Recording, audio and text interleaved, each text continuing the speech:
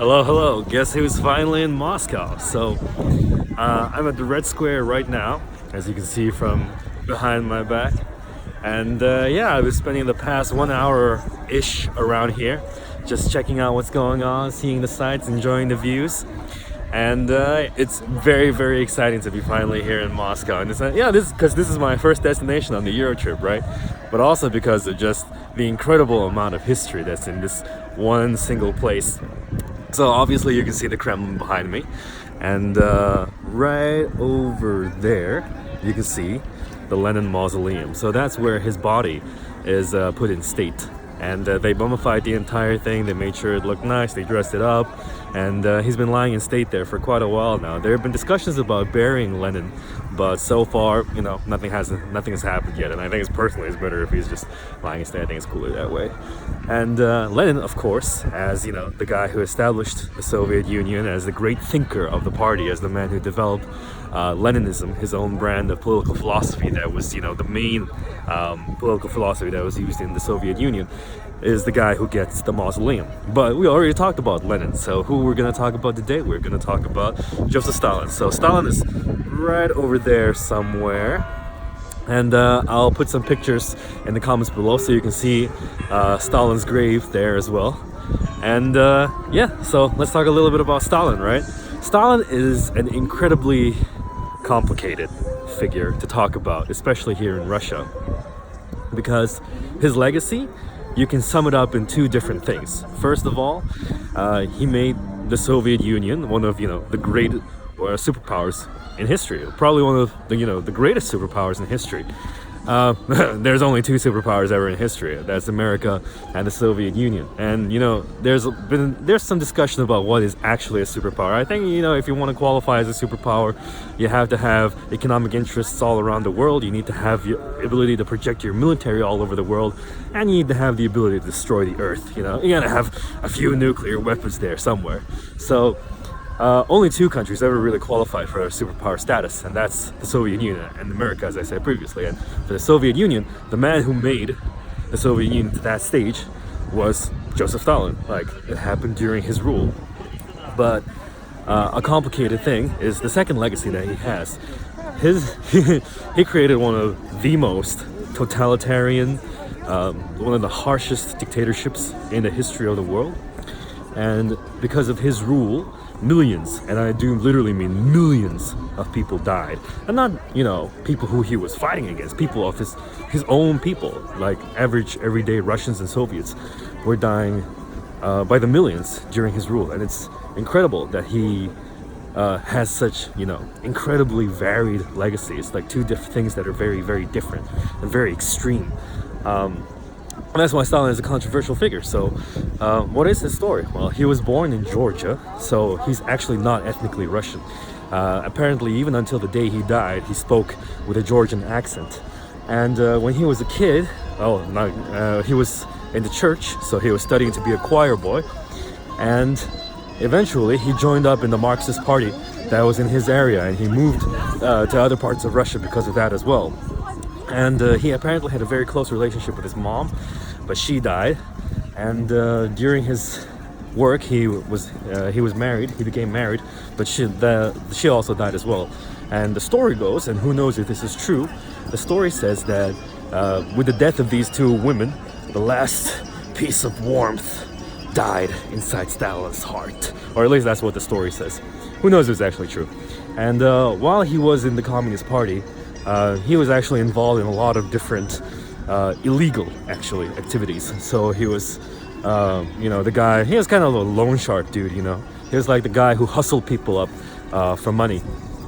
And he was in that role. He became officially a part he was a part of the October Revolution, of course, and after that he was consolidating his power.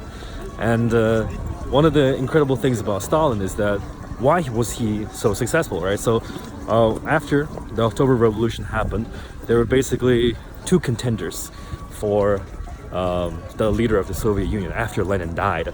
One was Stalin, because he had integrated himself into the party apparatus. He was a very good politician.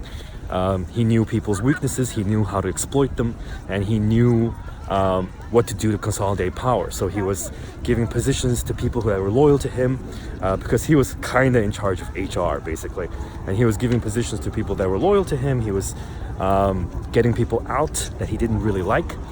And the other person that you could say was another contender for leader of the Soviet Union was Trotsky, Leon Trotsky. And he was actually the head of the Red Army at that time. But in their back and forth after Lenin's death, and as I said previously in the video that I did before on Lenin actually didn't want Stalin to be in charge. He thought he was a brute. He thought he was very cruel and ruthless, and he preferred Trotsky.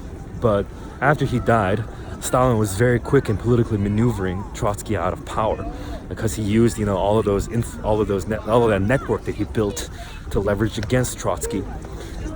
So he got him out, and he became the general secretary of the Communist Party.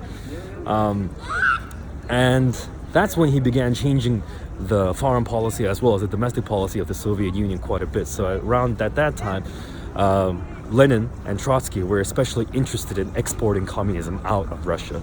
So they wanted Russia and the Soviet Union, to be more specific, to be involved in a lot of international revolutions to push communism all over the world. But Stalin didn't want to do that. He wanted a philosophy. He was pioneering a philosophy called socialism in one country, and basically he just wanted to focus on Russia.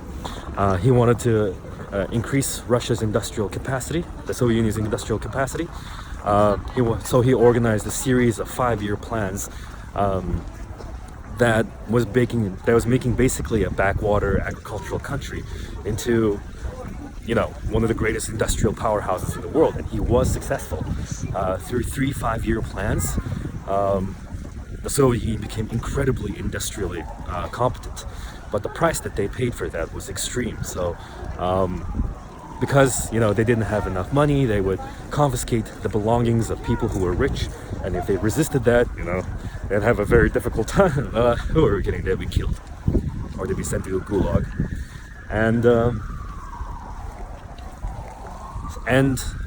for the big farms that used to exist at that time, he collectivized all of them. And so you have these farms that were used for hundreds of years by certain farmers who knew what they were doing. But then what he did was that he took those farmers out, he took all of their belongings, and then he made the land public to a lot of the other farmers, but they didn't know how to use that land very well. And because of that, famine happened. Many famines actually happened throughout Stalin's reign, the worst of which was called the Holodomor, and that happened in the Ukraine. And there's basically a theory that says that Stalin actually orchestrated the Holodomor to happen. It wasn't an accident. And personally, I subscribe to that idea. I think that is actually what happened. I think it was a targeted attack on the Ukrainian people. And yeah, ever since 1934, he committed a series of purges. Through the purges, they say around 700,000 to 1 million people were sent to a gulag or were executed.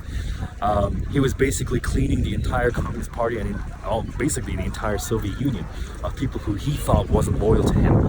He had an incredibly competent intelligence apparatus and a very loyal army to make that happen. Because he was basically taking out all of the people that he thought wasn't loyal to him, and he was putting some other people in their place. So at the end, everybody was loyal to him, and when Stalin, for example, was going to make a speech, people would compete for how loudly they can applaud him. And when Stalin told them to stop, they wouldn't stop because they wanted to show how loyal they were. And Stalin had to tell them usually 3 times to stop applauding.